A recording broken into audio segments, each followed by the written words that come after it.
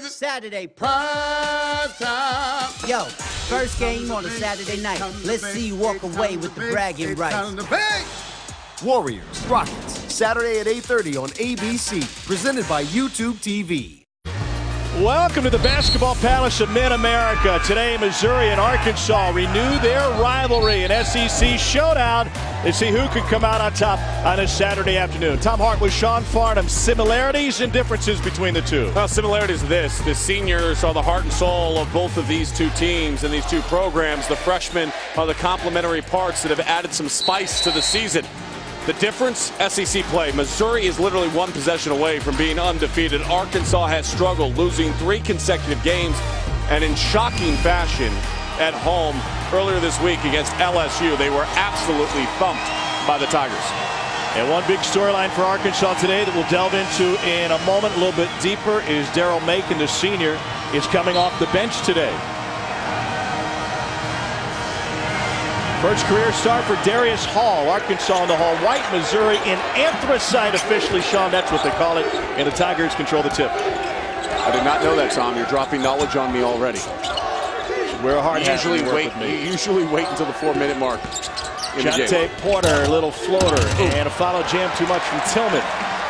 Look, I think the big thing for Arkansas, they got to get back to playing defense the way that they play defense. That's being disruptive, and I think that's a big reason why Macon is coming off the bench, is looking for a little bit of offensive production and firepower, something they haven't had off the bench, and at the same time getting better defense. But that is not a good shot at all for Mike Anderson.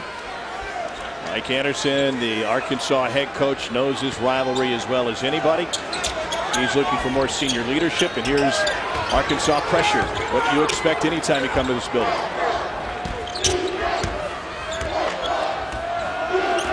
There's Cassius Robertson for Mizzou.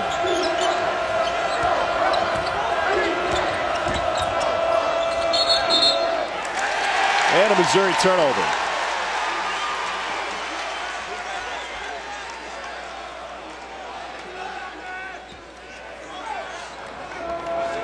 And we welcome those of you who watch Louisville take care of Virginia Tech in ACC action. This is Arkansas and Missouri from Bud Walton Arena in Fayetteville, Arkansas. Tom Hart with Sean Farnham for this SEC showdown. Neither team has scored in the early going, and the freshman Gafford is too strong with his second attempt. Jordan Barnett tracks down the loose ball, takes it all the way, and it rolls out. Cassius Robertson, the follow. That's why you never anticipate a make by your teammate. Always anticipate the miss and get down there. Good job by Robertson. Storyline developing for Arkansas today. Senior guard Daryl Macon is held out of the starting lineup by head coach Mike Anderson. So Darius Hall, a freshman from Little Rock, gets his first career start. He has yet to get a touch here early on. And from what I was told, once we saw the lineups get entered in, Tom, is the big reasoning why is to try to provide some offense off the bench. They want to set the tone with defense early, get back to the strength and the root of this program, and then allow the offense to come in with Macon and add a little punch for Mike Anderson's team. And they need one because they struggled in a big-time way at the defensive end of the floor against LSU. Their gaps and their gap integrity at the defensive end of the floor was not good. They stayed attached, and they allowed LSU to get downhill on them too frequently. He's already coaching up the freshmen as Jalen Barford misses the first. That was Jeremiah Tillman who committed the foul for Missouri. Foul trouble has been an issue for the freshman from East St. Louis all season long. Well, one coming for Barford, senior from Jackson, Tennessee, part of this senior-laden Arkansas team. And both teams rely so heavily upon their upperclassmen, and it's a rarity in college basketball today. But you've got to have experience that is understanding of how to play in conference. I think that's what shocked me most in this 3-game losing streak for Arkansas. You've got guys like Beard who's been around now. Barford and Macon, this is really only year 2 for them, but still players that have played plenty of games and should understand when conference play comes along, everything intensifies. Speaking of experience, Cuonzo Martin is having freshman Jonte Porter is making his second start in consecutive games inbound against Arkansas's pressure. He feels comfortable with Jonte handling the ball. He talked to us about it after shoot-around. He says, look, I don't want him dribbling the ball before trying to break the press, but he's got great basketball IQ and a good feel. There's a trap on Jordan Geis, and And a travel. Another Missouri turnover. For the Tigers, it's their second here in the first 2 minutes. Great job trapping Geist, and poor recognition that time by Geist. When you dribble and you pick the ball up in the trap, you're stuck. When they come to trap, don't be afraid to pull the dribble back, change direction, see if you can split it, or deliver a good pass crisply right away. Jalen Barford for three, off the mark. Arkansas got up to a horrendous start against LSU, made just 3 of their first 22 field goal attempts in that loss Wednesday night. It was their 3rd most lopsided loss at Bud Walton Arena here in the 25th season of this great gymnasium. Double on Jontay Porter. Out to Geist. Great recovery by the Hogs. Now a corner 3. And Barnett came crashing in for it. It's going to stay this way with Missouri. That was great offense, though, that possession against the trap. As you saw, the trap was chasing. Once the defense starts chasing, Tom, that's when you know if you just quickly move the ball, you don't put it down on the ground, you don't try to dribble it, you can find somebody wide open. That was a great look from the corner for Jontay Porter. Reed Nicko and Terrence Phillips off the bench here early for Missouri. Barnett's really upped his scoring average in SEC play. Porter got tied up, taken away by the freshman Hall.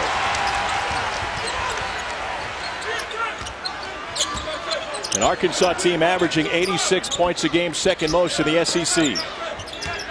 Dustin Thomas challenged and fouled. It's the first since Terrence Phillip. Mike Anderson knows this rivalry as well as anyone. Of course, he was a head coach at Missouri for a while. Even took him to an Elite Eight now in his 7th season as the head man here.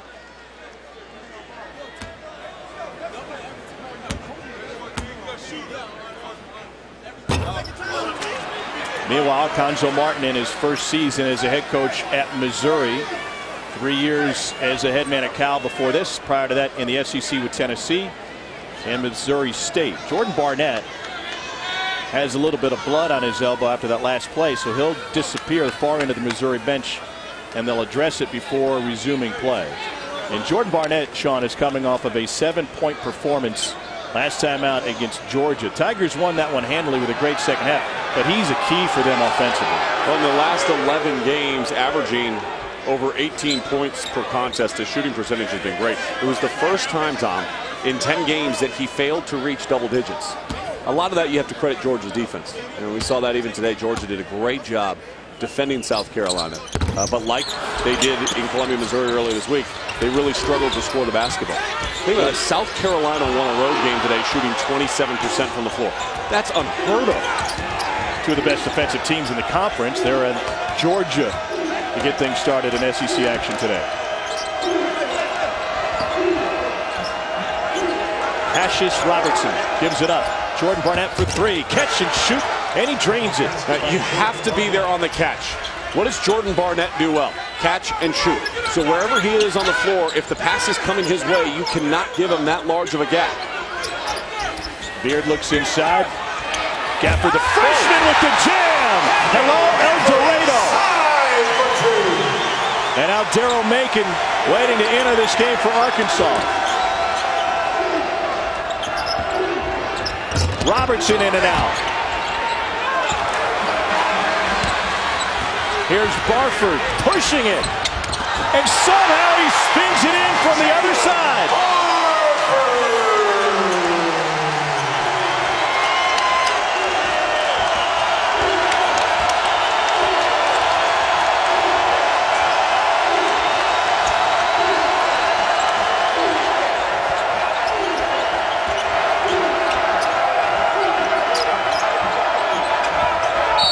Robertson draws the foul on Jalen Barford. It's his first back-to-back, and a back-and-forth affair here early in Northwest Arkansas.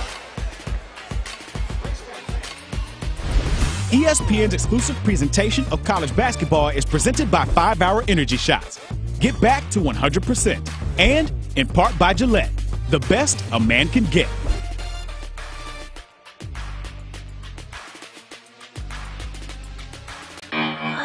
She came across as this sweet young girl who couldn't possibly have done this.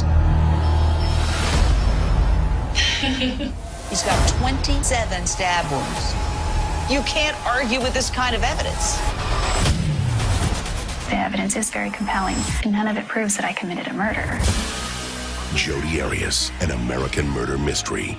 Watch the entire series on the ID Go app. Download the app. May I please have a double shot half almond milk latte with 2 half pumps of caramel? Oh, in the foam, can you put a heart? A broken one. How'd you know?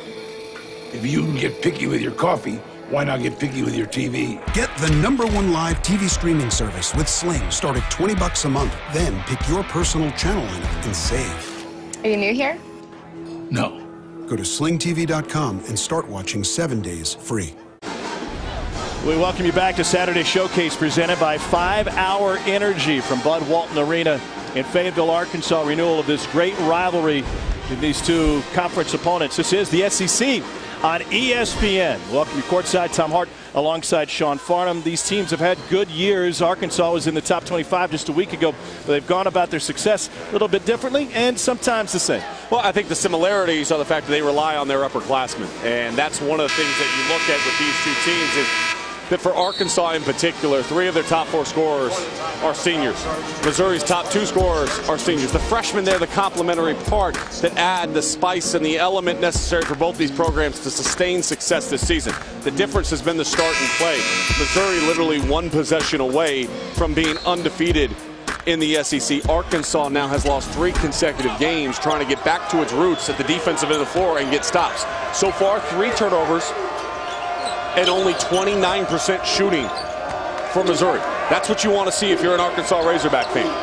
Colin Van Leer off the bench now for Missouri. Daryl Macon has entered the game for Arkansas. Contested 3 from Barnett with 3 on the shot clock. Didn't get the whistle he wanted. So what do you expect out of Daryl Macon? The senior from Little Rock did not start for the first time this year. Aggressiveness. It's what he does. I don't expect him to change any aspect of his game. I think he's always been at his best when he gets to the free throw line. He's great at initiating contact, especially when he gets to the lane. Macon guarded by Terrence Phillips on the right side. Back to Barford. Not a great possession that time for Arkansas. No ball reversal.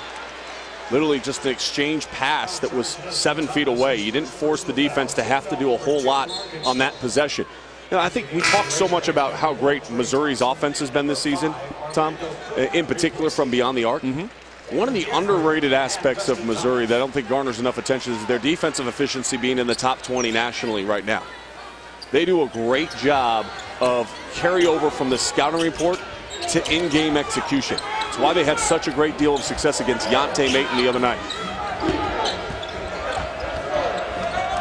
Missouri coming off of a 12-point win against Georgia, and they scored 48 points in the second half, and they held Maton one of its worst games in conference play this year. Phillips, good ball movement, extra pass Barnett. And Missouri struggling from deep. Tigers just 1 of 5 from behind the arc. We've been stuck at 5 for a while now. Beard. Finish that. Great first bucket. Great balance, Tom. Good footwork. Way to get to the center of the paint. Arkansas on a 6-0 run. Conzo Martin wants to discuss it. Meanwhile, Mike Anderson's team off to a great start.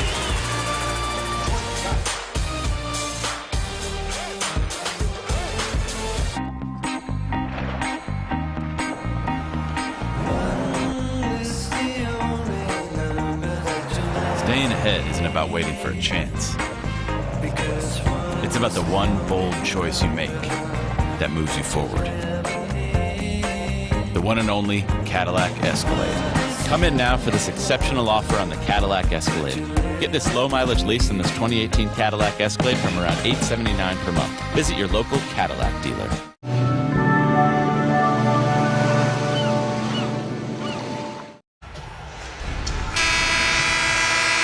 Saturday Showcase presented by 5 Hour Energy from Bud Walton Arena here in Fayetteville, where the Razorbacks are so hard to beat. They're 8-1 at home this season, and a renewal of this rivalry that perhaps was at its best throughout the 90s, including Arkansas's national championship season. Pressure in the backcourt, and it goes off of Arkansas. Kevin Puryear's entered the game for Missouri. Now the upperclassmen will be pulling the trigger on the inbounds. Missouri's had some issues at point guard this season. They've rotated 4 different guys through there, including Blake Harris, who just last week left the team, transferring to North Carolina State. Jordan Geist, Terrence Phillips, and sometimes Cassius Robertson will run the point. So who did he get it to? Cullen Van Leer takes it. And a dangerous pass up the sideline to Geist. Better job breaking the press, but they look really unsettled against the pressure of Arkansas right now. There's a lack of confidence in particular from Geist. And when you lack confidence against Arkansas, they usually sniff it out. Robertson, free throw line. Got it. There's a major mismatch for a moment there with Puryear being guarded by Beard inside, but they couldn't get it to him.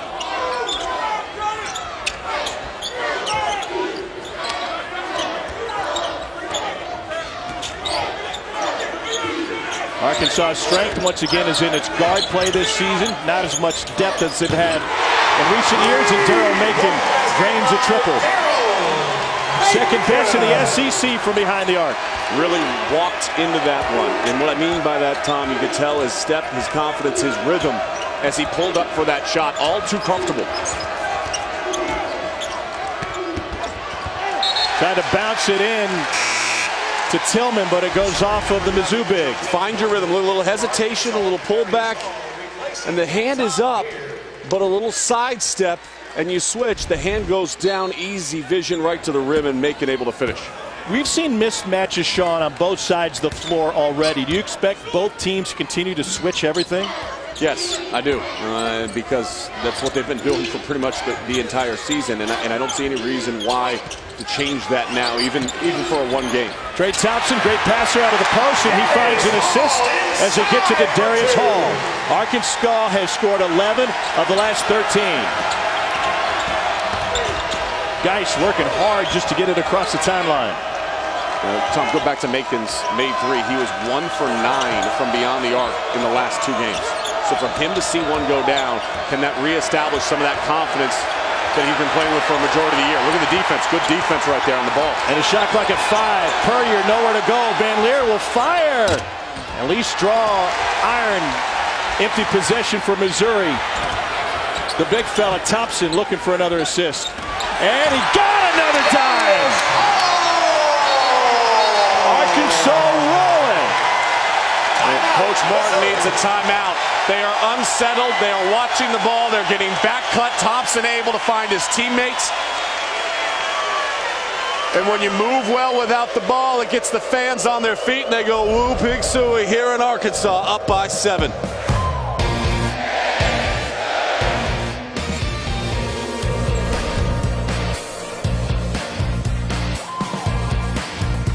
Hello. Hi. How's it going? All right, how you doing? Welcome. So, this is the all-new Chevy Traverse. What do you think? This looks better than 99% of the SUVs out there. It's very modern, sleek. Maybe the most impressive part of the all-new Traverse is what's on the inside. What are you doing here? Oh, I missed you guys. I haven't seen you guys in so long. What's happening? We flew her out. It's a family car. We had to put your family in it. Yeah, it gets 7 thumbs up. Number 10 Kansas takes on number 4 Oklahoma Tuesday at 7 on ESPN. Arkansas has gone on a 13-2 run. They've done it with defense extending it, Sean. This is just great team defense, pressure defense. This is what Arkansas is built on. Missouri's unsettled here. The ball never really gets inside the three-point line. That possession was the dump down. The one that I was hoping to show you was the one that they had just a second ago. It never went inside the three-point line. It was beyond the NBA mark. They pressured out the entire time, Tom, and forced a late shot clock 3. Meanwhile, this is a series with fantastic history. Take you back to some of the great games between these two programs. They played every season from 51 to 72. Then again from 89 to 98. Nolan Richardson against Norm Stewart. They had some sensational matchups, including this one that was all Arkansas. It was the Bud Walton Arena dedication game. December 2nd, and Sean, that was a game. It was a blowout win for the Razorbacks, but otherwise pretty even.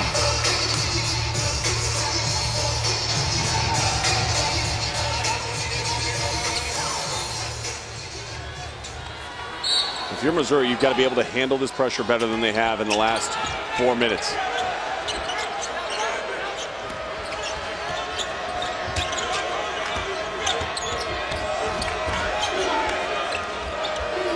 See, I would have trapped Porter right there.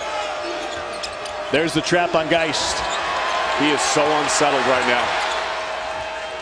And now Missouri can't get into their offense until they're single digits on the shot clock. Robertson off balance. Halfway home, it won't go. And now Missouri gets another chance, and the freshman Porter throws it away. And then Puryear with a hip check foul. Right now, Arkansas is doing exactly what it wants at the defensive end of the floor. People mistake the pressure for just that they just want to create turnovers. Yes, that's an aspect of what Mike Anderson wants to do. But by extending pressure, as you pointed out, and we tried to show you out of the break, was you are forced to take late shot clock shots because you can't even initiate your offense until it's under 15 seconds because you're unsettled. The biggest word I think I'd use for Arkansas's defense is disruptive. They want to disrupt you.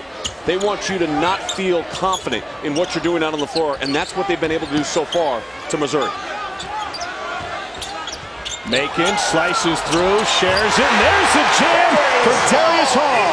The freshman with the start, he's already got 6. It's a 9-0 run. Porter. Missouri solved the pressure, and Phillips will let it fly. Tigers just 1 of 8 from deep. Cook to Hall. First start's been a doozy for the Frosh. Darius Hall has scored 8 straight for Arkansas. And a reach in on Arkansas. How about Darius Hall? Let's see what happens, Tom, is you spread out the floor, get them on ice skates, and then you cut and move behind the back line, and that's what Hall was able to do on that possession. And then in the open floor, great hands by Cook to watch the finish, and it's a 17-2 run. Mike Anderson looking out on the court going, yes, this is the team that looked like a top 25 team. This is the team that looked like they were going to be a top half finisher in the SEC, not a 1-3 starter in the SEC. Corner 3, Robertson gets it to go. The transfer for Canisius, I asked him about playing in this atmosphere. He said, I don't know. That rivalry with St. Bonaventure was something. Have you ever been to the Enchanted Forest? A little cold in Olean for my taste. Puryear with the rebound. Pardon me, Tillman.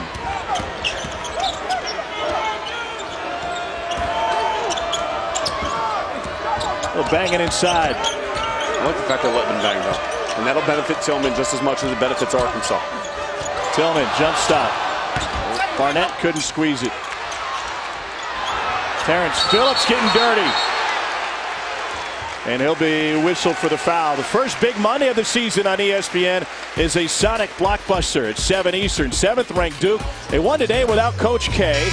Out with a virus. They take on number 18, Miami, followed by number 12, Kansas. Eked one out at home against K-State. And 2nd-ranked West Virginia in Morgantown. Both games, as always, can be seen on the ESPN app. That's going to be a great night of college basketball. Marvin Bagley had a huge game today against Wake Forest. He finished with 30 and 11. You mentioned Kansas eking one out. West Virginia did not. They end up losing down at Texas Tech. First time ever that the Red Raiders knock off a top 10 team at home. Big 12 had some thrillers today, huh? Thompson will offer the screen. Macon with the mismatch. Blew right past Tillman.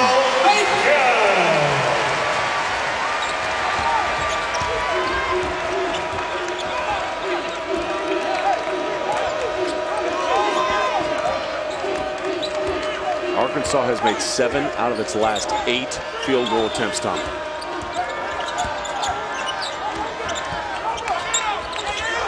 Ooh, Thompson with the foul. We got Mike Anderson wired today. Let's listen in to the Hogs head man. It's all about your defense, okay? When that ball gets past you guys, sprint back and find people. And keep running. Keep running, Cook, because you guys keep running, what's going to happen? The short corner, layup. Prophetic. held Missouri to 27% shooting. Meanwhile, Arkansas has knocked down 9 out of 14. Tillman trying to show some range. Macon, 3-on-2 Arkansas. Jonte Porter with the board. Robertson, transition 3. He can't buy one here early on. 1 for 4 from deep. Jones, fancy, but no finish. Phillips spinning. And a foul on his drive. It's the first on Daryl Macon, who came off the bench today. If you're Missouri right now, you can start to see what's happened over the last couple of possessions, Tom, is they're playing faster and faster. The tempo in which Arkansas is forcing Missouri to play benefits Arkansas. Missouri's got to be able to force them to shift and rotate through, which means you've got to be calm, cool, collected, handle the pressure, get a couple ball reversals, get the ball inside, kick it back out, force Arkansas to defend late into the shot clock, not when you're standing beyond the NBA 3 line, but actually making them go side to side. Not much ball movement on this one. Shot clock at 2. Puryear, the lefty, rises. It's a better possession, though, even without a lot of movement, Tom.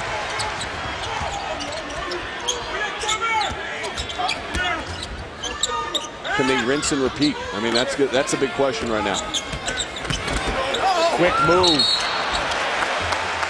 And Kevin Puryear commits his second personal foul. It's a 10-point Arkansas lead in Fayetteville.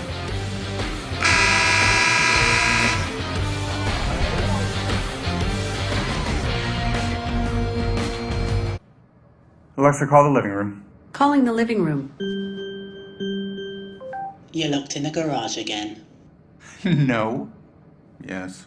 Alexa, how many sticks of butter in a cup? There are 2 sticks of butter in 1 cup.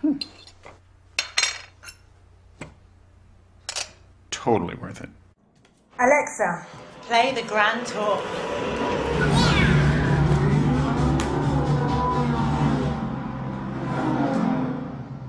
With the Capital One Venture Card, you'll earn unlimited double miles on every purchase every day, not just airline purchases. Think about all the double miles you could be earning. Holy moly, that's a lot of miles! Shh.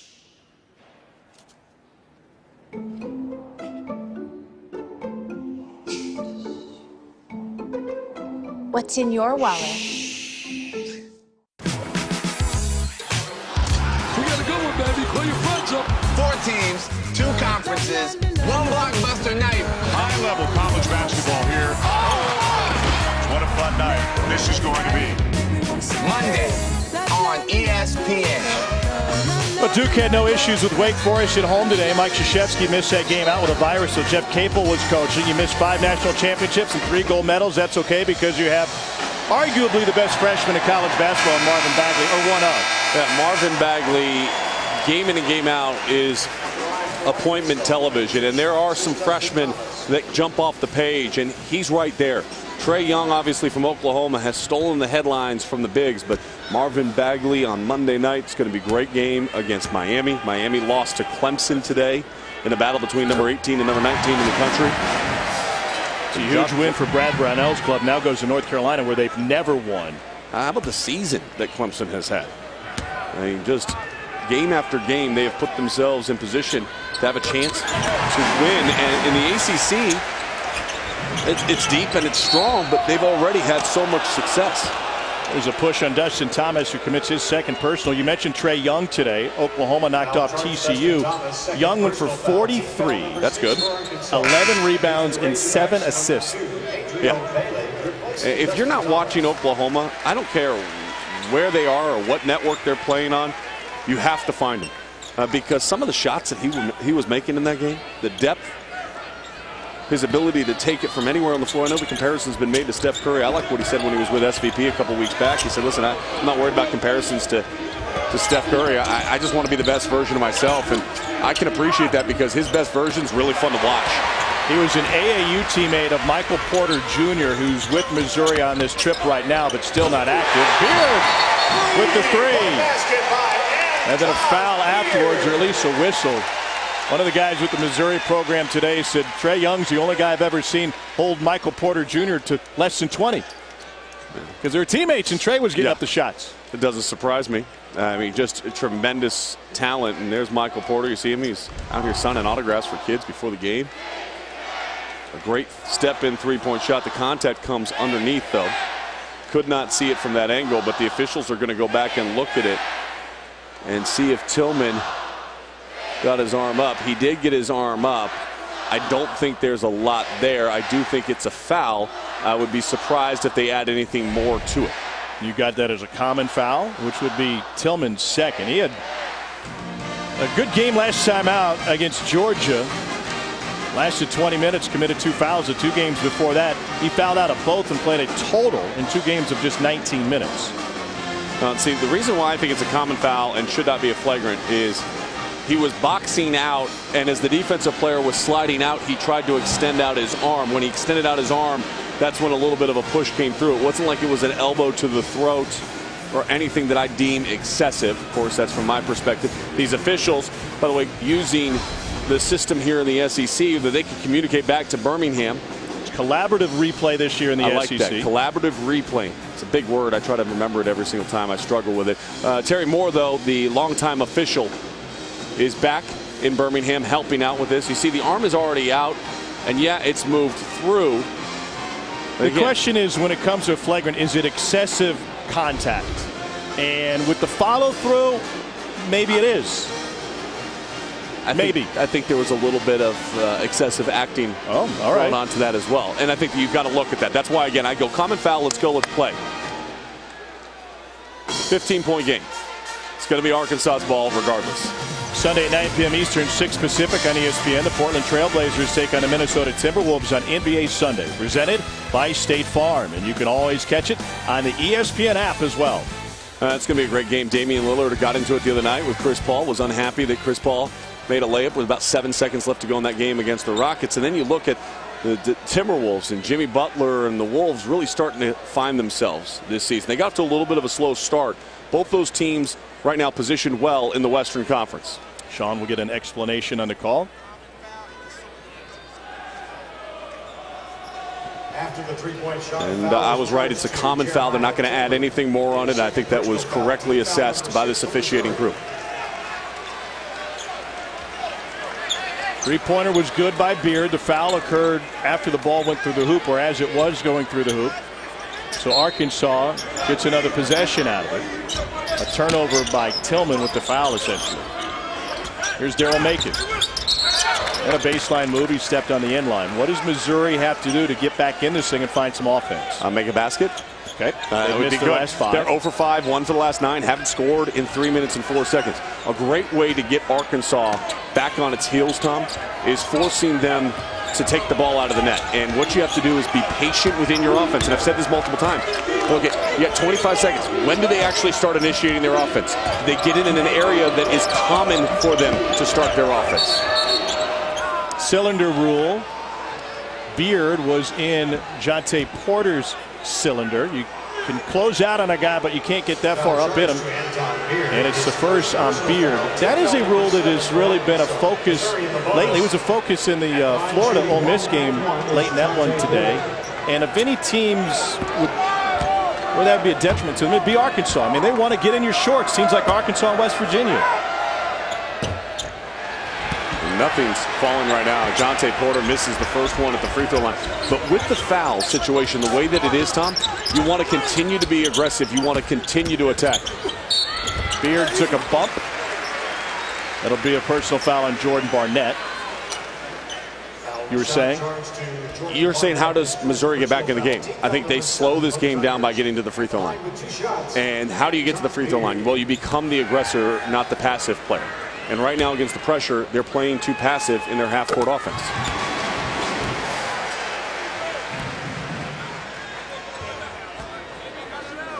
Already the 8th free throw attempt tonight from Arkansas. Missouri has been at the free throw line just once.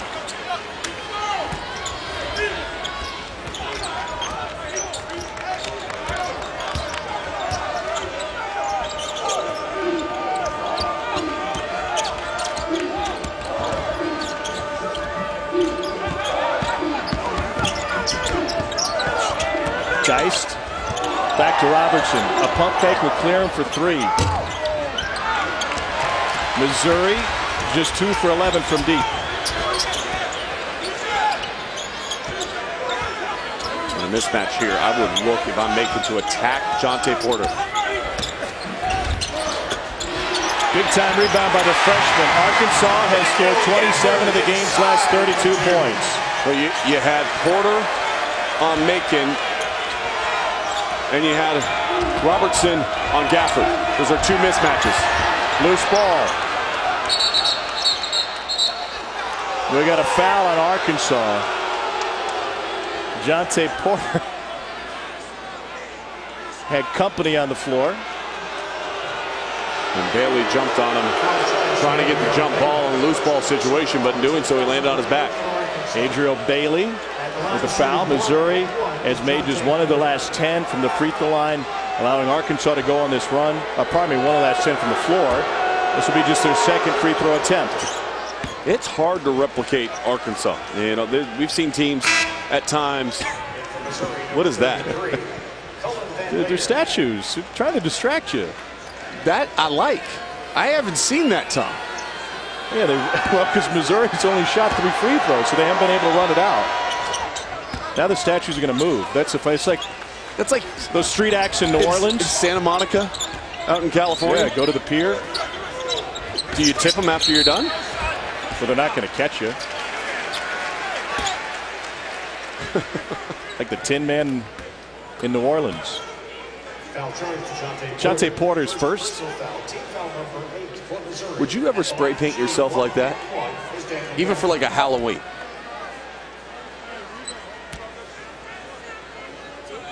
You have to ask that question. You apparently don't know me very well. Well, we just did This Is Your Life last time we were in Columbia, Missouri. And according to some of your fat brothers, I think you might have already done that. Well, Daniel Gafford at the free throw line here for Arkansas. This guy's still new to the game of basketball. He's from El Dorado, Arkansas. Didn't start playing until he was a freshman in high school. He was on the drum line before that. 2nd in the country among freshmen in field goal percentage. Just so efficient, Tom, and his upside in what he's going to be here is going to be huge. They've got a great recruiting class already signed to come in next year here at Arkansas. Top 17 recruiting class nationally according to ESPN. Gafford's one of those guys that even with losing the Barfords, the Macons, the Beards of the world, there's reason for Arkansas fans to be really excited about where this program's going. Porter thought he had a mismatch, then the double team came. The big fella will step out and stroke a 3. That was Missouri basketball. You see the ball get inside out to the short corner, back up top, and then spacing out and finding an open, clean look from beyond the arc. Look at a good game down low between the 2 freshman big guys. Beard looking. Why not give it to him? Jalen Barford turns it over.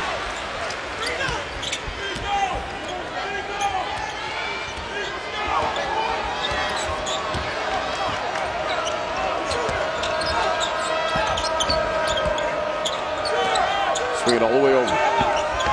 Barnett baseline floater. And Missouri has scored on consecutive possessions. They just shift the defense, Tom. They pressure the ball so much that if you just get one ball reversal. Oh my goodness! What a feed from Macon, and Gafford with the slam. Building coming alive.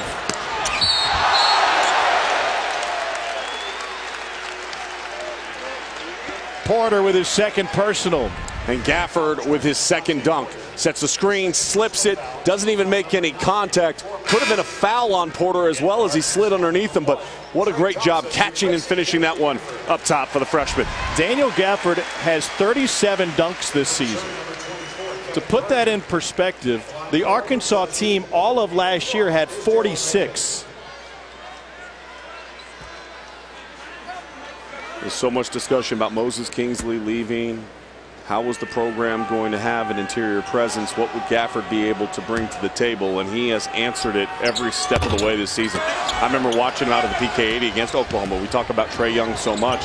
For a long time in this season, the only team to beat Oklahoma was this Arkansas Razorback team.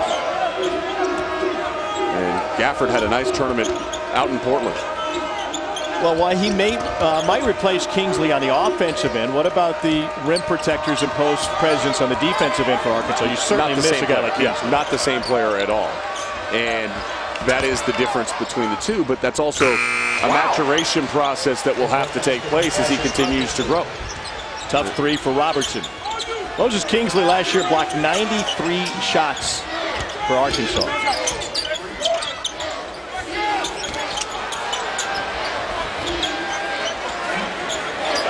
Shot clock did not reset on the air ball.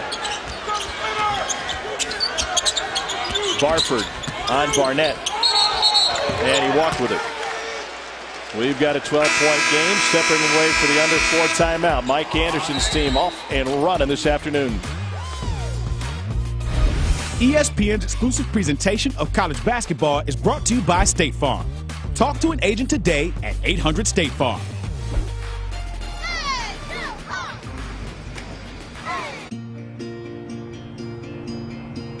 My husband's probably going to think I'm crazy. He thinks I'm going to see my sister.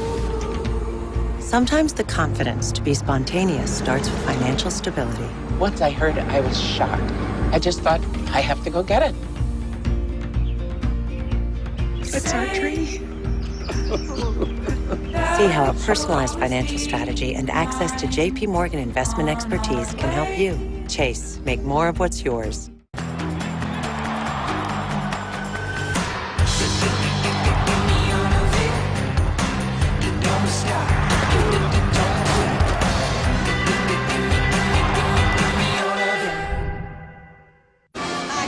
Arkansas with a 12-point lead at Missouri. Tigers fans, you know the history in this building because it could get a lot worse. Take you back to the dedication game, December 2nd, 1993. Basketball Palace of Mid-America, its second ever game. Yeah, Corliss's neighborhood indeed. This game was on ESPN and Corliss Williamson went off. Scotty Thurman had 18, Corliss had 14. Arkansas, the number 2 team in the nation, beat Missouri 120-68. There was better news on the horizon for Missouri, though. They went undefeated, 14-0 in the Big 8. They ended up a #1 seed in the tournament. Arkansas was the #1 seed. They beat Duke for the NCAA championship. In that game, Arkansas had 7 players in double figures. They hit 16 threes, while Missouri went 1 for 11. Missouri, 27 turnovers. Arkansas, 18 steals. By the way, Chip Walter and Jed Frost combined for 4 in that one for Mizzou. Don't think we're going to see the same amount of turnovers and steals tonight. 6 turnovers right now for Missouri, only 3 steals for the Razorbacks.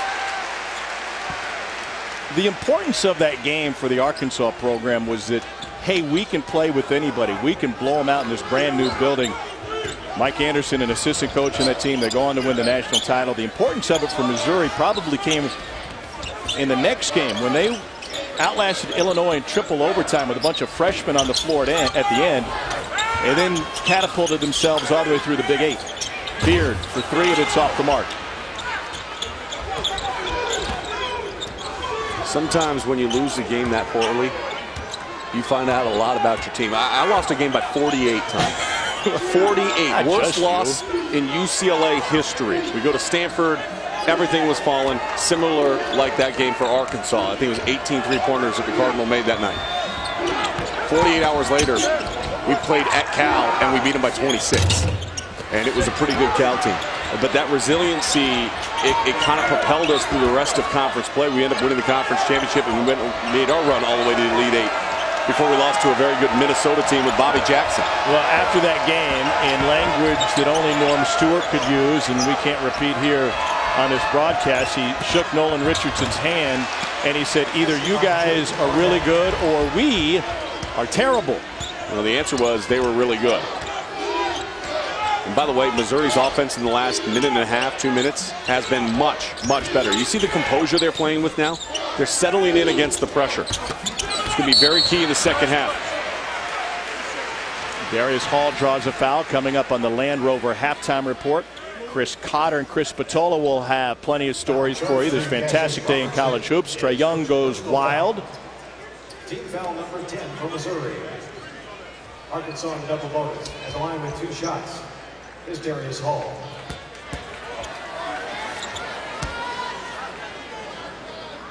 What a game for Darius Hall. Freshman with his first chance to start today, Sean, and he's making Mike Anderson look like a genius. He had 8 straight points at one point in a first-half run for Arkansas.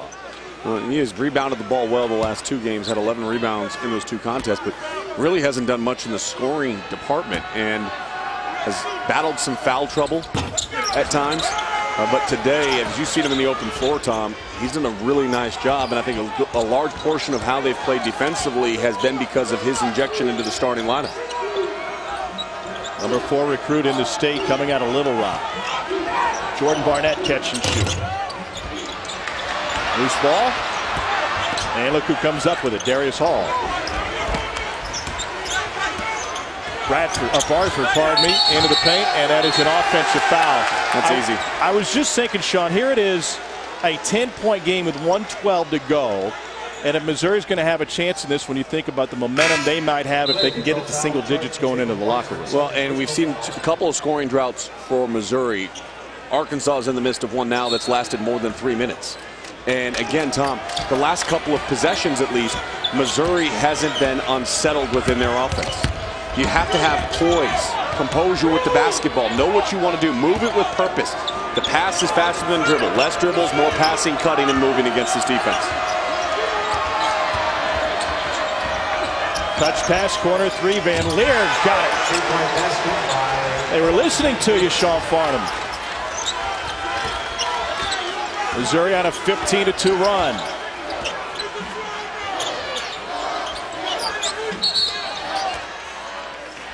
Terrence Phillips with some silly fouls thus far tonight. That's his 3rd. His 2nd came 90 feet away from the basket in the far corner. Coach Martin less than pleased, would you say? He's hiding with a towel while he's saying to Terrence if there's any lip readers in the crowd. Well, the thing about it, too, is he literally turned his back to the court, then grabbed the towel and got on one knee. So I'm going to go out on a limb and say Coach is not very pleased right now. It's not a long, far limb that I'm out on. No, it's not.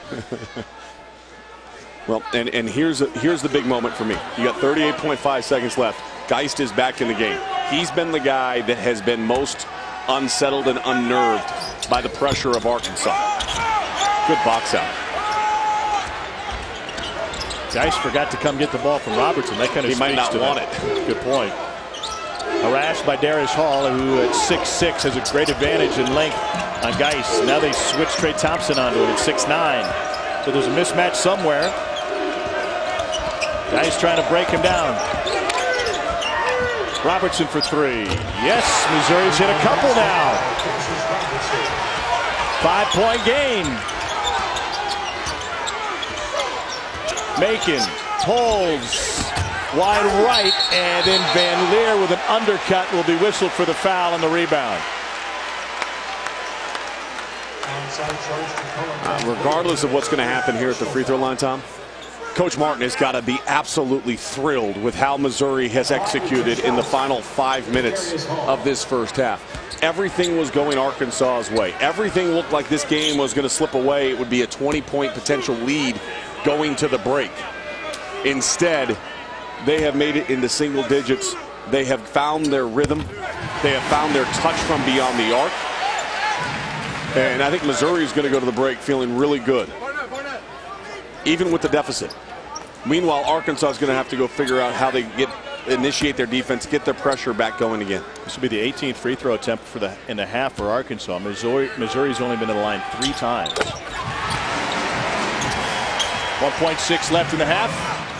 Barnett, plenty of time. He should have taken a dribble and found a little bit better rhythm into that shot. Might not have made a difference. Tigers close the half on a 16-5 run. Arkansas with the lead, and after the short break, Chris Cotter and Chris Patola will join you from the studio. Missouri with a great end to the half and some hot shooting to try to get back into this one after it's all Hogs early. We're back to the second half in a while, but first, the Land Rover halftime report right after this.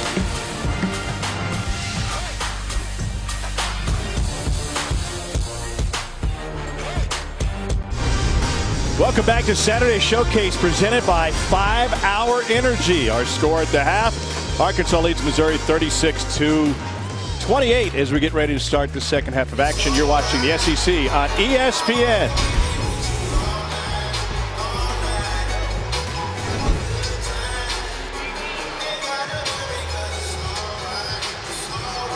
I don't know, just kind of feels like everybody was doing it.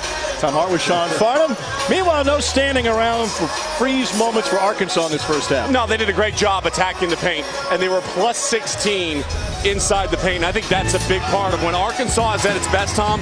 It's not settling. It's being aggressive. It started with Gafford underneath on the first field goal, and then a couple of great passes. And I always say, when you got Trey Thompson in the game, pass the ball, cut and move. What brought Missouri back into the game is after starting 2 of 10 from beyond the arc, they go 4 of 8 in the final 6 minutes of the half, and they are plus 12 at the three-point line.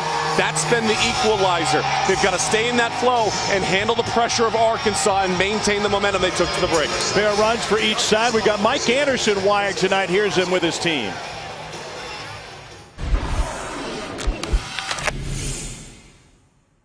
No, I said, let's get ready. So I'm ready, coach. That's what you said. I'm ready, coach. Okay? Okay? But like I said, they want to be physical, but we got to box out. You guys got to continue to rebound. You notice when we get the rebound and push it out, y'all get these opportunities.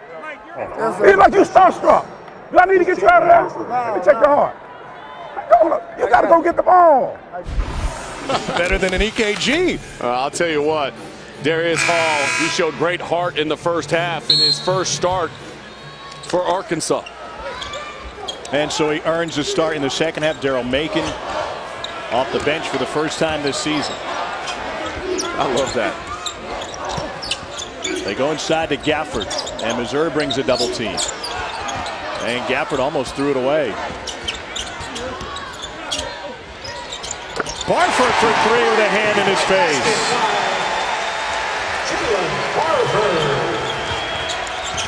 A more aggressive attack out of Geist on that first possession, getting the ball against the pressure versus the first half where he was very passive.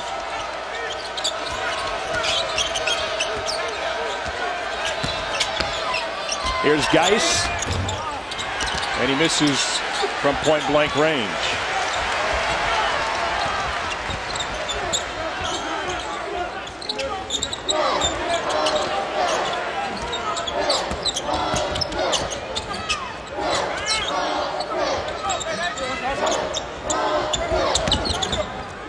Barford, wow, created some space. He's got 5 in a row. Only 1 of 2 in the first half, and he comes out of the second half and finds himself in a great rhythm. And Geist has got to be careful right there.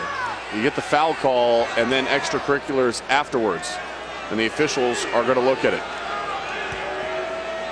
Ryan Shea doing a great job tying up Jordan Geist, putting him in a bear hug so nothing more happens as Arkansas jumped him in the corner. Arkansas got him underneath in the corner. There's going to be a foul. So there's the shot by Barford. Watches the ball, gets inbound, a little push off. That's fine. And you go in. Now you get fouled. A little reach in. And then you saw the chicken wing come out opposite away from the ball. It must be very frustrating to be a visiting team in this building, to not only play against the pressure, but the physicality with which Arkansas brings. Well, and that's one, too. Okay, you didn't really need to foul in that situation. And you mentioned this in the first half, Tom. The cylinder and when you're playing aggressive like a West Virginia or like an Arkansas, you've got to be smart. You got to pick and choose when you want to give up fouls, right?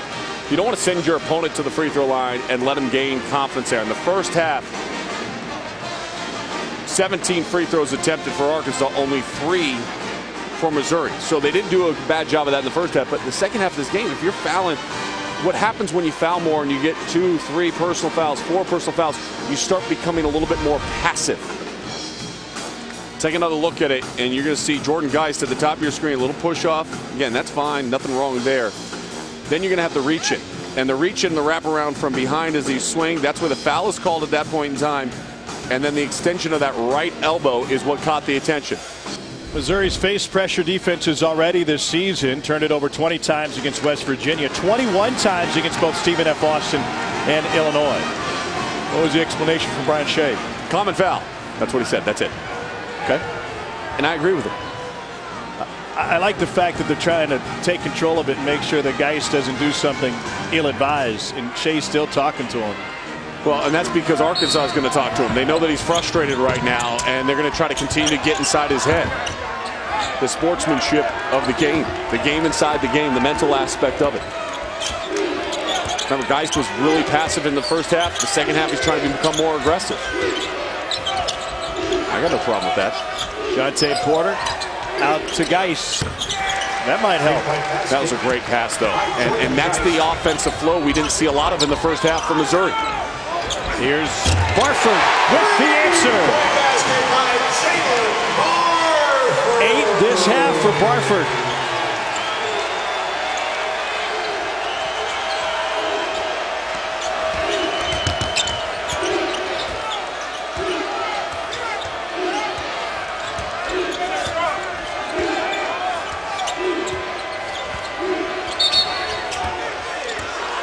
A reach in on Darius Hall. The ball movement, though, from Missouri was crisp in the final 5 minutes of the first half, and it looks good on this possession. Swing it to the outside, a great dive. The defense reacts. Beard overcommits to underneath the basket. Geist is wide open up top, and then in transition, how do you not know where Jalen Barford is? I'm sure that's a question Coach Martin is asking himself right now. How does my team not know where number 0 is? Clearing up some paperwork. That last foul was on Dustin Thomas. It was his 3rd, and they leave him in the game. And now that one's going to go against Tillman, and that's his 3rd. Foul trouble continues for Missouri's big. And Barford to start the second half of this game. A quick 8 points. 2 for 2 from beyond the arc, and then the one shot in between.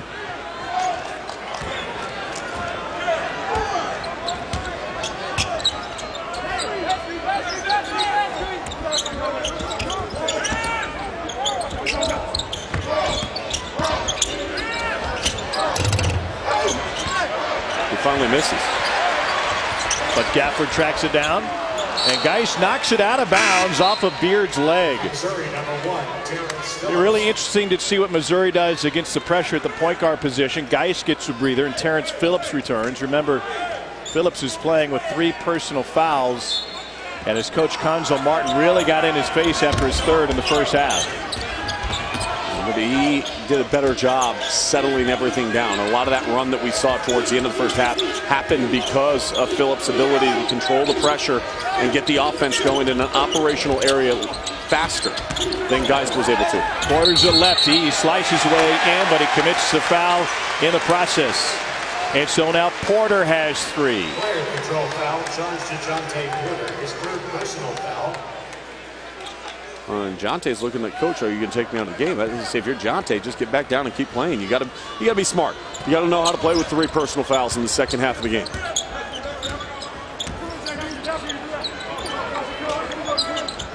Tillman I can understand because of his propensity to foul out of contests, that you want to try to give him a little bit of a break, make sure you continue to talk to him and try to help him through it. I thought it was propensity, but he's an amateur, so we're just going to leave that off for now. Thomas. I went to a public school. We both did. Oh, yeah. It's a 13-point lead for Arkansas. At Duke, Miami, Monday night, Kansas, West Virginia. The Jayhawks somehow stayed alive. Got a couple of free throws late from Malik Newman against Kansas State, the former Mississippi State Bulldog. And what a bad final possession by Kansas State. You're down by 1. You walk the ball up the floor. And with 8 seconds left to go, you're dribbling to go nowhere. And just a missed opportunity. You're down 1. You got to go. Because if you miss and you foul, at worst case scenario, you're going to be down 3. Phillips lost it. Oh, he's got whistle for his 4th.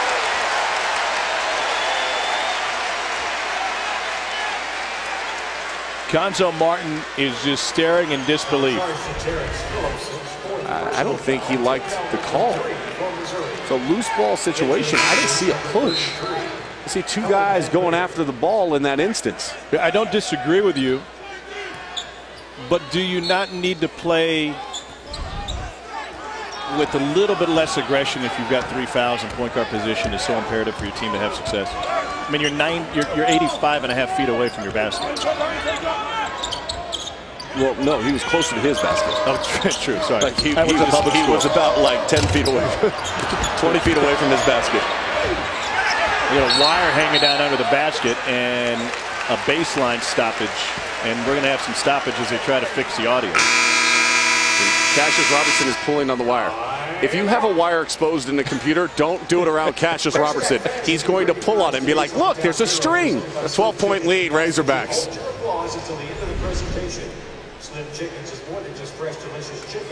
What just happened in that position?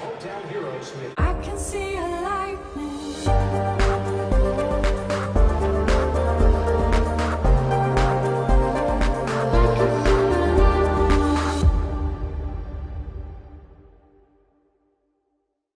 We started designing pop-up cards in our basement. What's cool is, today, we have 400 people working across the globe. With Office 365, we can all stay connected, from Vietnam to Boston to New York. Now with Whiteboard, we can all work together at the same time. And 3D and PowerPoint shows clients exactly what our cards look like. Yeah, having everyone working together on the new Teams app is really awesome. Seeing all these people react to our cards, that's what makes it all worth it.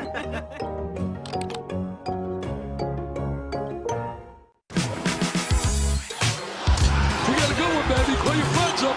4 teams, 2 conferences, 1 blockbuster night. High-level college basketball here.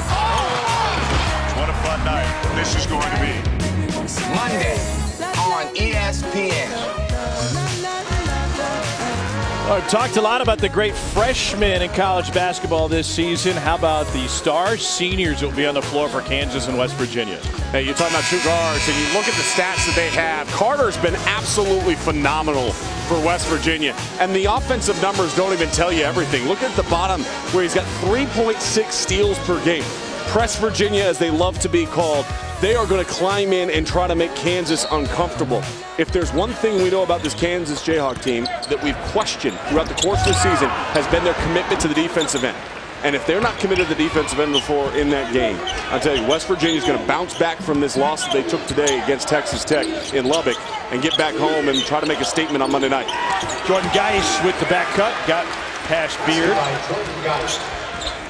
All 5 of Geis' points have come this half. Meanwhile, only 2 players have scored this second half so far, Tom. Yeah, Jalen Barford's the only Hog who scored a bucket in the first 4.5 minutes. It's 8-5, advantage Barford. And a takeaway. That one was left behind by Daryl Macon. Catches Robertson, will draw the foul. Well, great seniors on the floor for this Arkansas team, the heart and soul of this squad. Some 4-year guys, some 2-year guys, Barford, Macon, and Beard, combined for 46 points a game. They've scored 53% of the Razorbacks' points thus far tonight.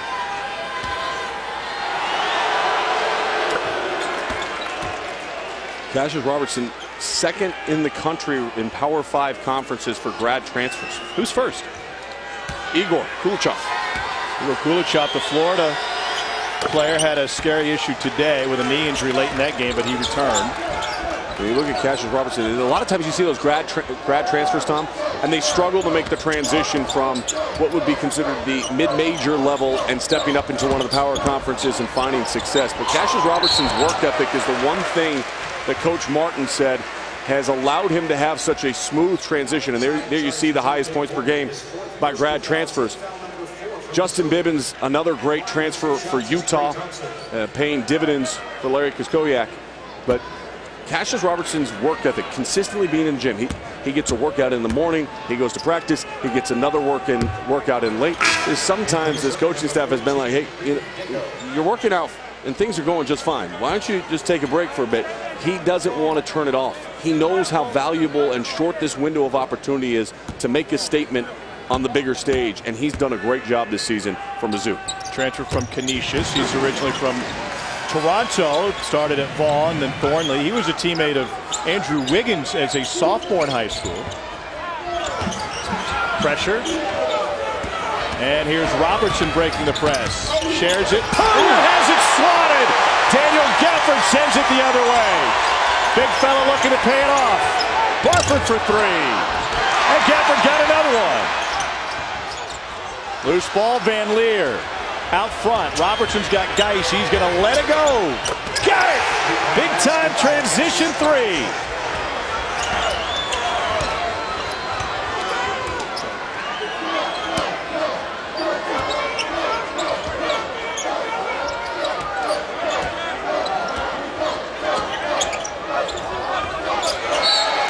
That's just carelessness, a mental mistake that time by Barford. You mentioned Moses Kingsley, all the block shots he had a season ago, Tom. Gafford's not Moses Kingsley, but he sure looked like him on that possession. Erasing the attempt at the rim and allowing the run-out opportunity for Arkansas. They missed the three. He gets the offensive rebound, but then the turnover. Razorbacks have turned it over 4 times in the last 4 minutes. They've missed their last 6 to bring the Tigers back in. ESPN's exclusive presentation of college basketball is brought to you by Friday. In here, it's always Friday.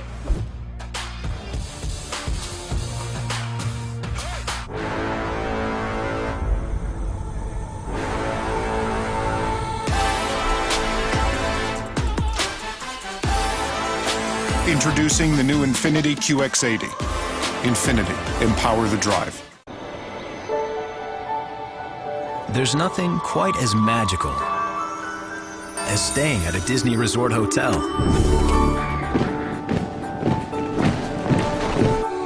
So imagine complimentary rides to and from the park, even extra time with your family in the park.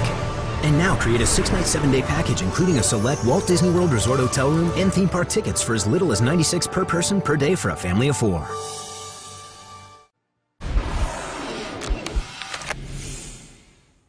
Keep pressing the boards, okay? All right?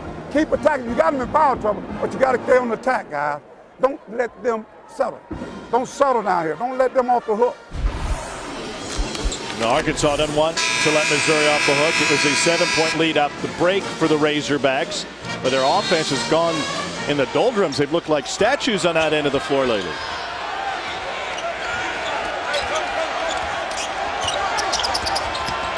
Jordan Geis trying to get to the outside shoulder, turns it over. Stolen away by Daryl Macon. And Macon has to recover. Thompson thought about it. Now, I like Thompson giving the ball up and then diving to the block. Go back to Thompson and cut off of him. He's a great passer, as we saw in the first half with his back to the basket. See, I bring Thompson in on the block right here. Reed Nico on the floor for Missouri at the 5 spot. Jeremiah Tillman and Jonte Porter both in foul trouble. Corner 3 contested, doesn't matter. And Tom Beard with his second triple of the game.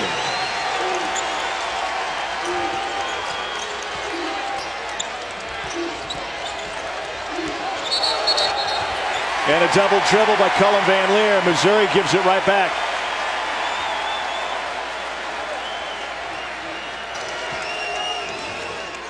And Tom Beard somehow at just 6 feet tall gets this off with a guy right in front of him. Well, and what happens, a little bit of a step off on the drive. You have to pinch to help Macon. That slight pinch gave enough of space for Beard to knock it in.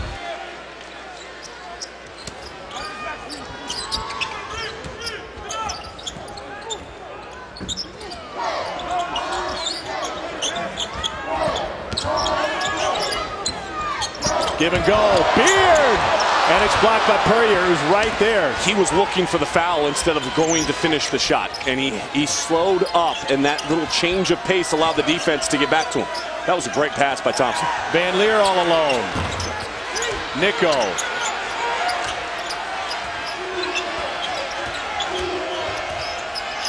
Thompson switches on Robertson. Big fella with the reach in.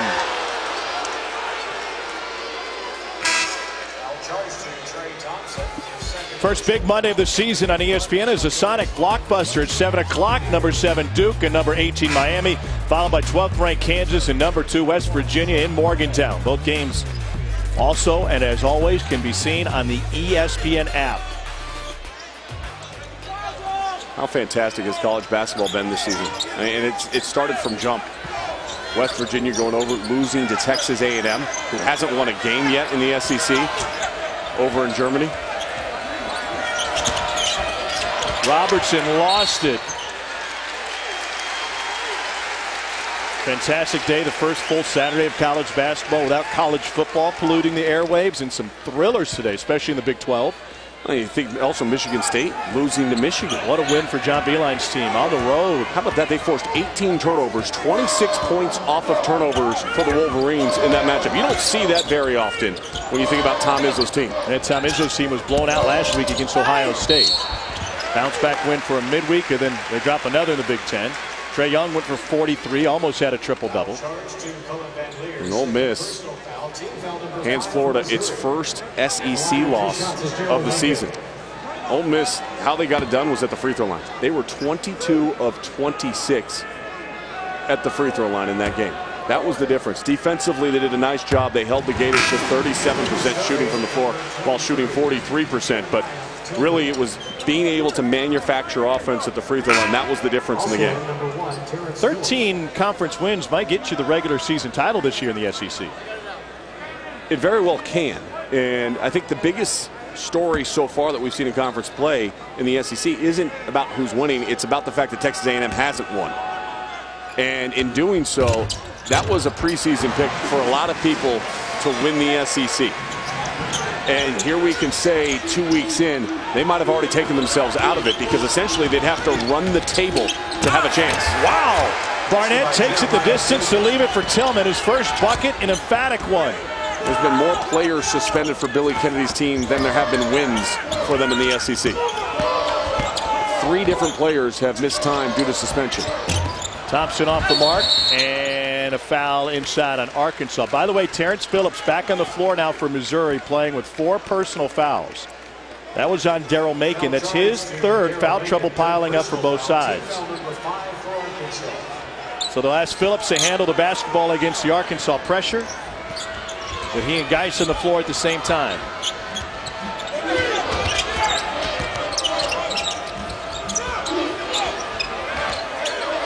Looking to isolate Tillman. Arkansas brought a double. Tillman gets it out of there. Plenty of time. Robertson for 3. Great job on the defensive glass by the Razorbacks. Yeah, Macon did an excellent job getting into Jordan Barnett. That's a charge. We'll see where Cassius Robertson was stationed. 49-40. Arkansas with the lead here in Fayetteville.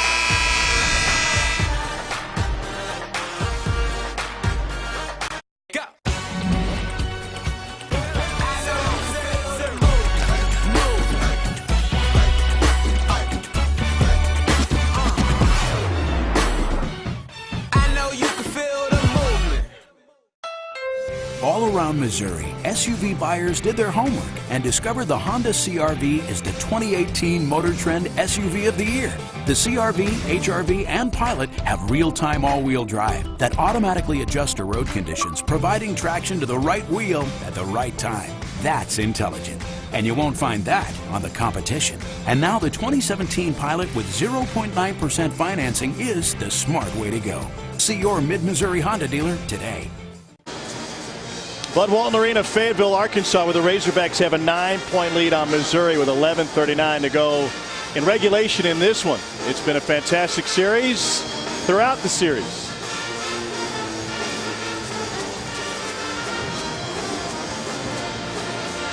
Tom Hart with Sean Farnham. So far today, Arkansas's pressure in the first half was very disruptive to Missouri, but the Tigers seemingly solved that issue so far in the second half. A big part of that has been the fact that they have not been statuesque at the offensive end of the floor. Instead, they're moving, they're cutting, they're spacing the floor, allowing them to get a better percentage shot, something they did in the final 5 minutes of the first half. Well, if the Tigers want to get back in this one, the half-court offense has to continue to be effective and efficient. They came into this one as one of the top 20 offensive efficiency teams in all of college basketball. Well, how about the help from the Arkansas Circus Arts and the living statues? Good job. Thanks, guys. They stole all my gold spray paint. When are the Emmys? Look, all I know is this. This environment's fantastic. If you can't have fun in college basketball, what are you doing? And you're here at Bud Walton Arena, hey, this is it's sold out once again. This is an Arkansas team that's lost 3 consecutive games. They're trying to get back in the win column. They've got a 9-point lead. It's easy to say on a Saturday, you know what, we'll just stay home and watch it on TV. Now, these people showed up and they're showing out. It's been a fantastic place. I still have Red Panda a tick ahead of them in terms of the entertainment action college basketball. Geis looking. Tillman, a triple team. 4 on the shot clock. Geis for 3. And there's Jordan Barnett on the glass. Somehow floats it in. But Missouri is just hanging around, hanging around. If they can cut this down to about 3, Tom, the pressure is going to shift to Arkansas. And this is a team, again, we mentioned 3 consecutive losses. They got beat here earlier this week on Wednesday against LSU, a thump down to the Tigers. 75-54, their 3rd most lopsided loss in this arena's history. 53% shooting from the floor in that game by LSU. What a move by the big fella. 265-pound Trey Thompson steps around for his first bucket. His feel for the game is outstanding, whether it's passing or reading what the defense is going to give you. Jordan Barnett, boom. How do you leave him wide open in transition? Well, it starts because Jordan Geist broke down the defense off the dribble drive, Tom, and as that defense flattened it out to the baseline, it left Barnett wide open at the 3-point line.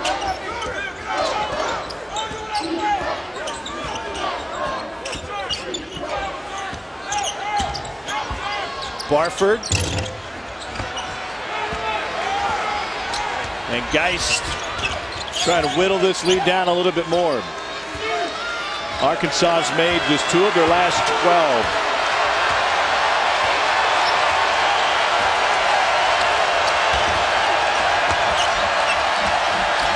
They switch again. Tillman wants it. Phillips can't get it to him.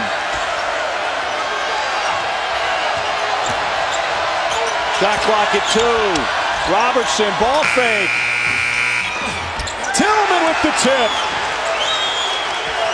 It's a 4-point game. And Mike Anderson's jacket has come off. And this is where that pressure starts to shift. Arkansas hasn't been in a great rhythm in the last 5 minutes of this game at this end of the floor, and they've allowed it to impact how they're playing defense. Back cut knocked away by Geist. Numbers for Mizzou. Geist, Phillips, and Barnett.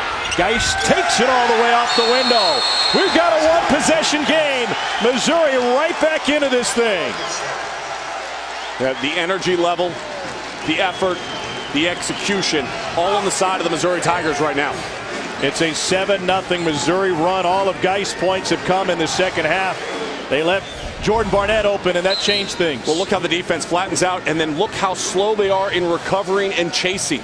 They left Barnett open on a catch and shoot, and if you do that, it's going to be money. The missed shot, nobody puts a body on Tillman. He's able to tip it in, and then Geist out in transition in the numbers situation. Thompson had the choice to either foul or let him go. He chose to let him go, and it's a 1-possession game, Tom.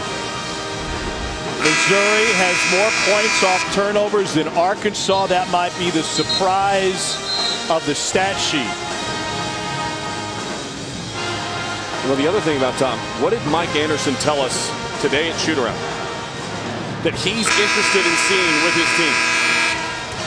He wanted to see their effort, right? He said energy and effort is what starts everything for us. If we're not playing with the effort and the energy, in particular at the defensive end of the floor, we become very stagnant, we could become very predictable, and subsequently they can get beat. And that's what they've done here. Another thing he doesn't want to see is hero ball. That's how he described the bad shot selection against LSU, the lack of defensive integrity from his team against LSU. And that's hero ball best described in the simplest forms is you trying to win the game by yourself. Basketball is about 5 players working together. Kind of like we did with the statues. That was a good starting 5. Not very mobile. It was a little easy to beat off the bounce. Daryl Macon penetrates and dishes. Thomas working on Barnett.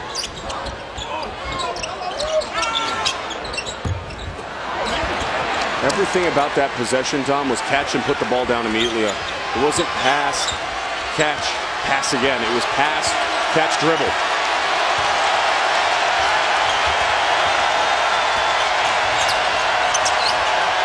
Arkansas once led by 18.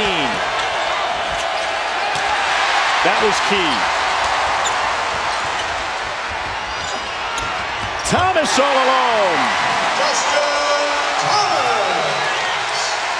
And they'll call off the press for the time being. Under 8 to go.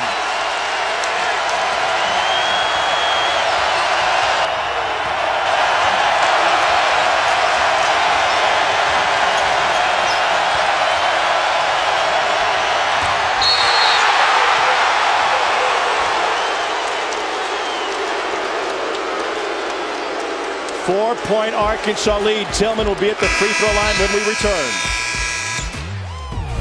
ESPN's exclusive presentation of college basketball is presented by 5-Hour Energy Shots. get back to 100%. And in part by the Capital One Venture Card. Earn unlimited double miles on every purchase, every day. What's in your wallet? Touching hands, reaching out, touching me, touching you. Sweet Caroline, good times never seem so good. So good! So good! Make your commute a little sweeter in the newly redesigned Hyundai Sonata, our best Sonata ever. Smart shoppers in Missouri are learning that the Civic is the best-selling compact car in America. Everyone loves their phones, so they love how easy it is to get directions, send or receive messages, and listen to your tunes with Apple CarPlay and Android Auto. Your phone apps work in sync with your Civic. Add wireless charging, and the competition doesn't come close. The new 2018 Civic at only $189 a month is the smart way to go. See your Mid-Missouri Honda dealer today. Welcome back to Fayetteville, Arkansas. Missouri and the Razorbacks in a 4-point game late.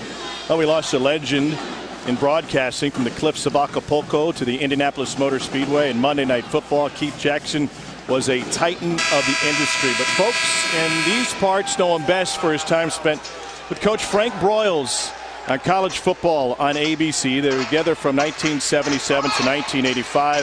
Frank Broyles passed away this past August. I had a chance to talk to Keith Jackson after Mr. Broyles passed away and asked him about some of his favorite memories. He said, you know, we were on one particular trip in the Big 8 where the athletic director gave us a gift of a watermelon each.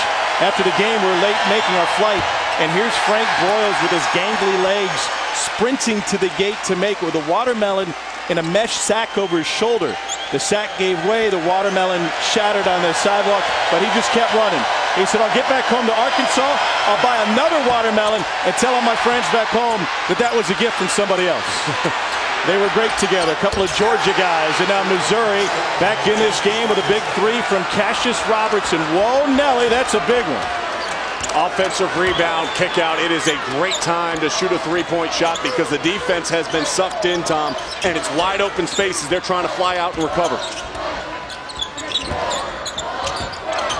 Off-balance shot, and a foul inside will go against the freshman Gafford, his second.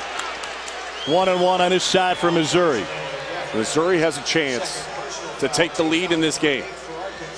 And Tom, the fight and the resiliency of this team is a direct reflection of that man on your screen right there, Gonzo Martin, and how he coaches up his teams to be tough. The toughness and the grit that they need to have at the defensive end of the floor, the staying together, and they've done that in a hostile environment so far tonight. Arkansas once led by 18. And now we're tied for the first time since it was 5-all. And Missouri's last lead, Tom, was when it was 5-3. It's been a long, long time since the Tigers were out in front in this one. I wonder if they have enough gas in the tank to close it out.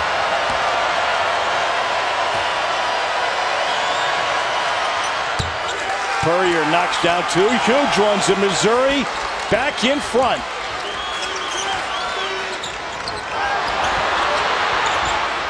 Hogs sloppy. They give it right back to Mizzou. And now Missouri can play that tempo they want to. Well, because of the fouls, Arkansas can't continue to come out and pressure as much as they want. Macon's got to be careful. He's got 4.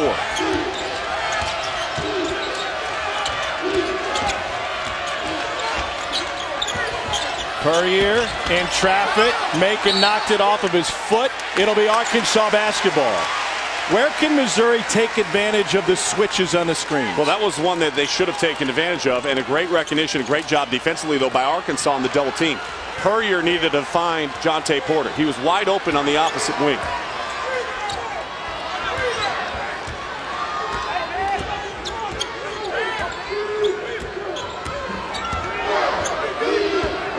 Missouri switching everything out front. Shot clock at 9. Great defense by Porter. That's huge because it would have been his 5th. Instead, it goes back to Missouri. Jontay Porter does an excellent job defensively. He puts his hands directly on the basketball, and he's lucky because if not, he had already broken down verticality, and it would have been his 5th foul. You talked to Jontay today. How did he tell you that he's grown most this season? He said just really confidence has been the biggest thing. Just the fact that he was uncertain of how he would fit in at the Division I level. Remember, he reclassified to come out of high school early, and what he anticipated would be playing with his brother this season at Missouri. That lasted 2 minutes. They were never on the floor together. Cassius Robertson challenged 3. Wow, how did that one go down? He's got 24, and Missouri's on a 15-2 run.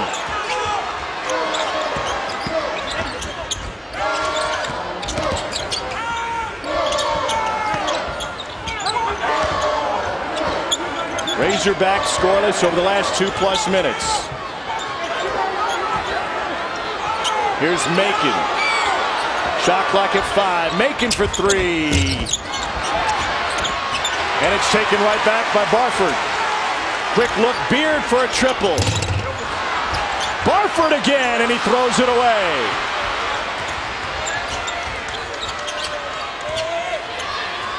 Second half, Arkansas 3 for 8 from deep.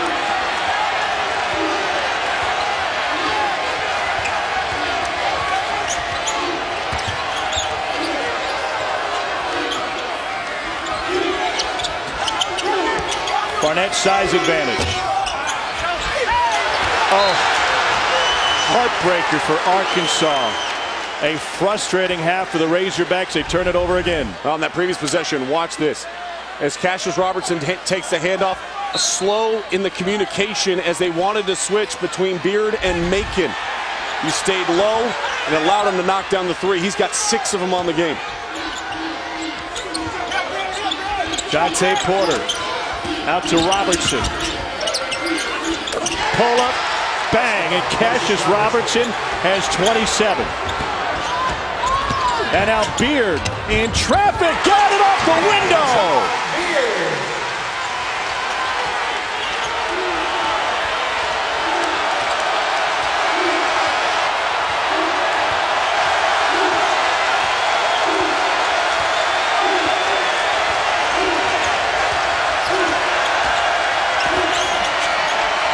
Tillman on the dive, didn't get the touch.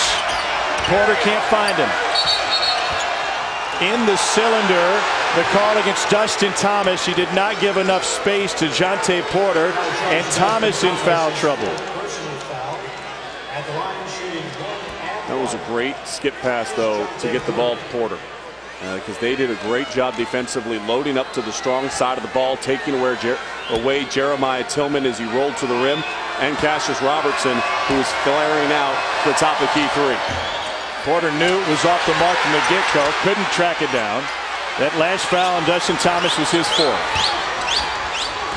4 minutes to play. 4-point Missouri lead. What a dish! And the finish and run!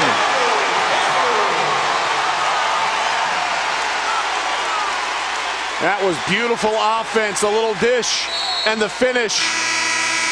It's a 1-possession game, Tom.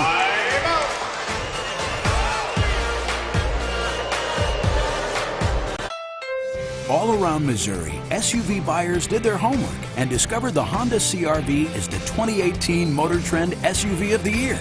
The CR-V, HR-V, and Pilot have real-time all-wheel drive that automatically adjusts to road conditions, providing traction to the right wheel at the right time.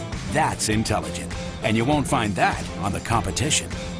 And now the 2018 HR-V for only $189 a month is the smart way to go. See your Mid-Missouri Honda dealer today.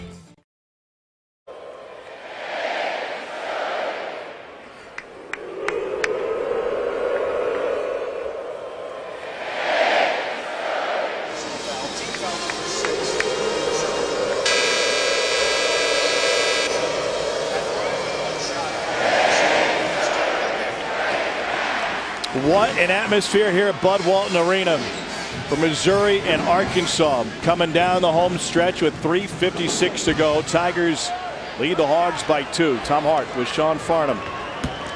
And Daniel Gafford, the freshman from El Dorado, Arkansas, at the free throw line. He makes it a 3-point play. I think Arkansas has got to continue to get the ball down low. They had 20 points in the paint in the first half. Only 8 in the second, Tom.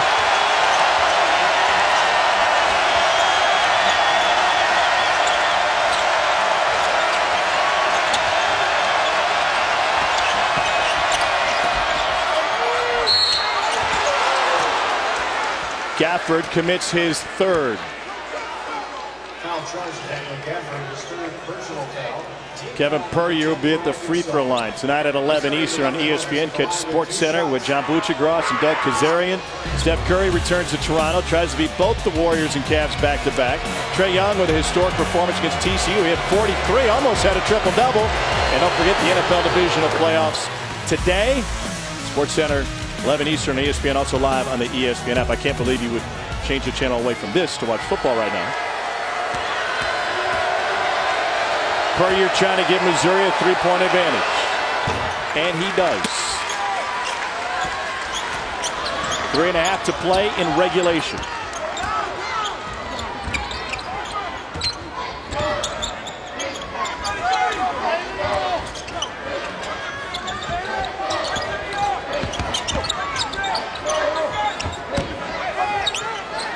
Daryl Macon playing with 4 fouls. Here's the high screen. Gafford slips, slams! Whoa, what a shot! What an execution, and he almost ripped the rim off.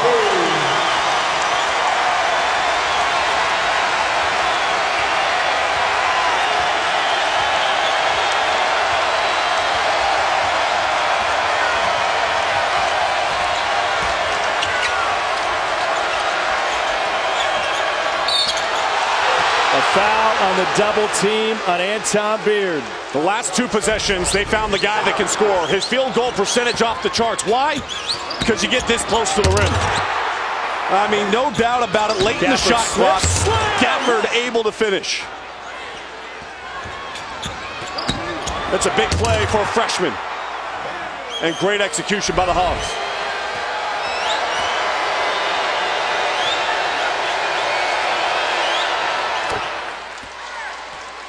Missouri in the double bonus. One more coming for the Blue Springs, Missouri native Kevin Puryear. Freshman Jonte Porter and his head coach Cuonzo Martin. Porter playing with 4 fouls here in the second half. And what Coach Martin's talking about is defending that on-ball screen, because if I'm Arkansas, I go right back to the same play. Space the floor. You've got shooters on the outside. Elevate him. Here he comes. He's there right now. Better job defensively that time. Jonte Porter making the adjustment his coach asked for. Flat showed, gave a little bit of space. Good communication. Geis gets around it. Barford to the rim. Yes. Let's see, Jonte Porter was so concerned about Gafford and his role, he kept giving up real estate, Tom. Geis didn't control the bounce. That's what allowed Barford able to finish. You also have to remember that Porter's got 4 fouls. Macon all over Geist. Puryear brings his man out there. That's an illegal screen on Kevin Puryear. And Missouri turns it over with the foul. Use the first one, he's saying. Use the first one. The screen was there if Geist wanted it, but he passed initially. A lot of times on a legal screen, it is literally because the ball handler didn't set it up right. Under 2 to play. Razorbacks can take the lead with a bucket. They're trying to clear out that entire side of the floor to allow Macon and Gafford space. Ball fake, Barford, floater. And the follow results in a foul. If that's Porter, he's done. It is. He is. A big loss for Missouri with 1:37 to go. That has been outstanding execution. The last 3 possessions for Arkansas, actually the last 4 possessions for Arkansas. What have they done? Exactly what I said. They needed to get rid of shooting from the outside and start attacking the paint, applying the pressure to Missouri, not playing passively out over the top.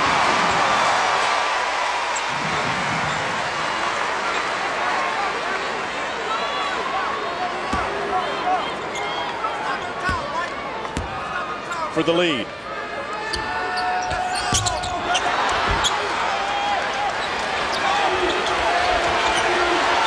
I want 3 taking the shot this time for Missouri. Whatever you got to do to get Cassius Robertson the ball, take it right now.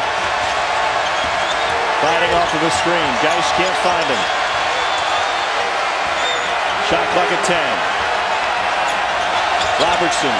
Big time illegal screen from Tillman. He put Beard on his back. And Tillman's fourth. And Beard is down with the shoulder, and he's not wanting to get up right now.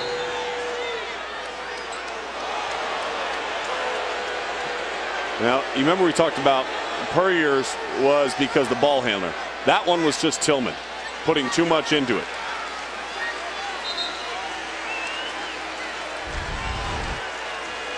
And watch, here comes the screen. And he leaned that right shoulder in. And he doesn't need to do that. He's got to get there sooner. He's got to be set, and Coach Martin knew exactly what had happened. That's 6'10", 252, laying out 6 feet, 198. Size advantage, Tillman. That fight would not be sanctioned by any governing body. You got a minute to play in a tie game here in Fayetteville. Nice look. Oh! It won't go!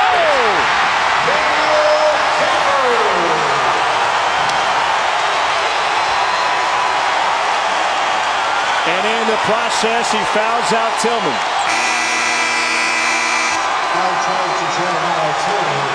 And that is the difference between Porter and Tillman, by the way. I know both of them struggled down the stretch. Tillman came in the game. He wasn't watching in those on-ball screens and didn't get to know the coverage the way that the Tigers wanted it. So he shows he's guarding absolutely nobody right there. And by the time he realizes it, Gafford's already behind him.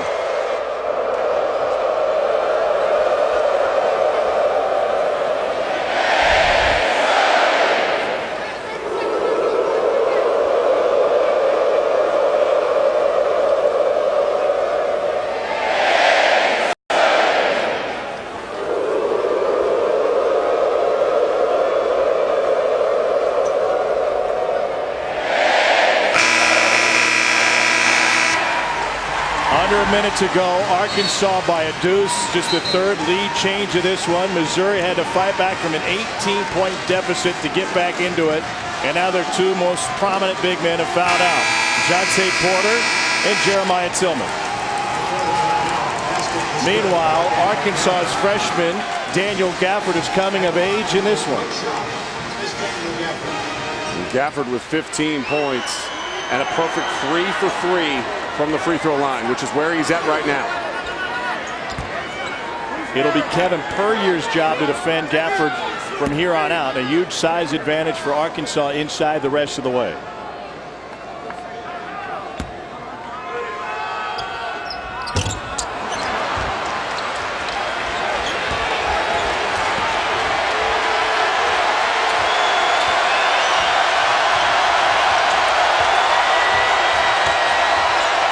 Here's Jordan Barnett.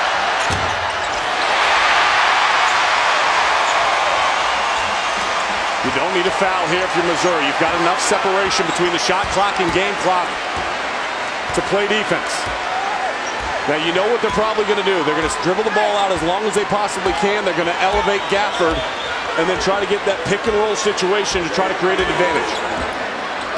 10-second difference almost. Here's Macon guarded by Puryear. Trying to break him down for 3. An air ball. Gafford saves it. And we've got a shot clock violation. Missouri will have 11.8 to either tie it or take the lead. And Arkansas has been very aggressive in helping out with Cassius Robertson off the screens. I thought on that last possession, Macon had the mismatch underneath. Just as much as he had the one outside up top, Tom, Gafford was being guarded by Geist. Why not dump the ball underneath and utilize that size and hopefully maybe draw a foul or at least finish at the cup? So 11.8 to go. Arkansas with a 65-63 lead. Tom Hart alongside Sean Farnham. It's been a wild and fun day in college basketball. We're lucky to see this one up close and personal. So is Robertson the main answer for Missouri here, and who else can you go to? I think he is, but we've seen them run a play now last couple of possessions. The one that they just had for Barnett on the outside. What they like to do is put Barnett at the free throw line as well as another big, and they're going to set a screen for Robertson. He's going to cut across the front of the face of the offense. They'll hit him on the weak side if he's open. If not, they're going to try to counter it back to Barnett and allow him to get a shot off. Only 12 seconds. When do you need to initiate the offense to try to get it to Robertson? I think you want to look, late game situation. Missouri fans who saw this not that long ago. This is not a tie game, though, so you've got to go quick and you've got to go with purpose right here. I think you want to get the ball in Robertson's hands as quickly as possible. If not him, it's Barnett. Michael Porter Jr. just a cheerleader for now for Missouri. Maybe he comes back, maybe he doesn't, but not available today. Season high for Cassius Robertson, the transfer from Canisius. And this place is rocking. This is what college basketball is all about. This is conference play. This is the SEC this year. Joe Lunardi has as many as 8 teams in as of today. Both of these two teams in, according to Joe Lunardi, in his most recent bracketology.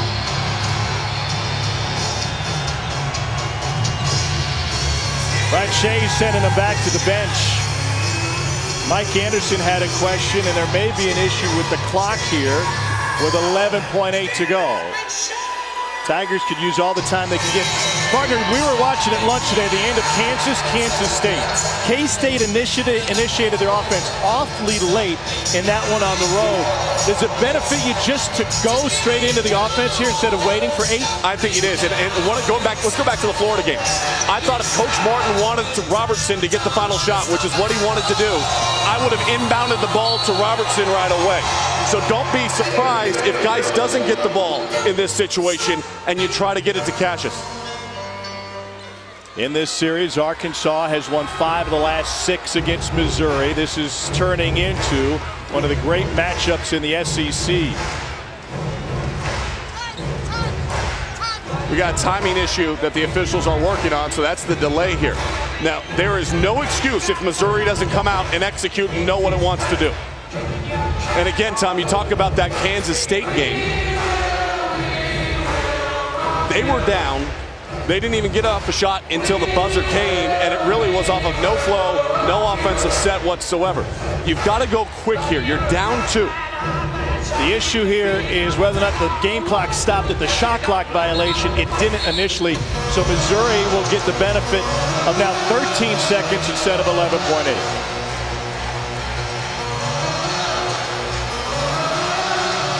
Buckle up.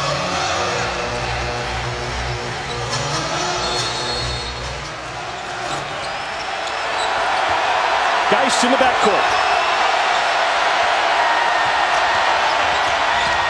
Bodies on the floor, no whistles. 5 on the clock. Geis pressured, fires, halfway home. Missouri can't find the rebound, and Arkansas survives at home. Not great execution for Missouri. Geis dribbled the ball to the corner, was well defended, and never really had a clean look. What a comeback by Missouri to make a game out of the way it started. But credit to Arkansas, their execution, getting back to what they do best, get the ball down low in the paint.